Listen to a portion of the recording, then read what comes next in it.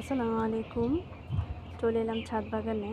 আর এই যে বালতির মধ্যে দেখতে পাচ্ছেন চাল ধোয়া, ডাল ধোয়া আর ফ্যানের পানি গতকালকের বাসি।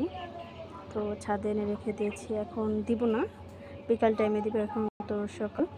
আর এই যে দেখতে পাচ্ছেন কালকে এই যে এই দুটা বস্তার মধ্যে লাউয়ের চারা লাগিয়েছি।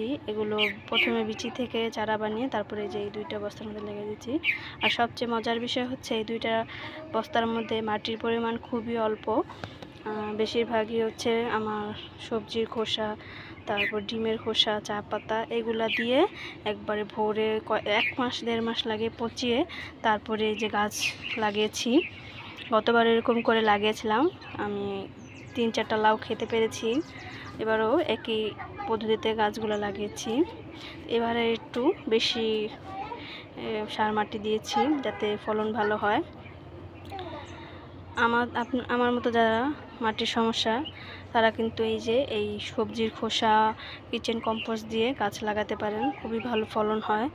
আমি কিন্তু কোনো রাসায়নিক সার গাছে ব্যবহার করি না, সম্পূর্ণ জৈব পদ্ধতিতে আমি গাছ লাগানোর চেষ্টা করি, তাতে মাশাআল্লাহ খুব ভালোই ফলন হয়। যাদের মাটির সমস্যা তারা কিন্তু এই পদ্ধতিটা করতে পারেন, খুব ভালো ফলন পাবেন। আসসালামু আলাইকুম।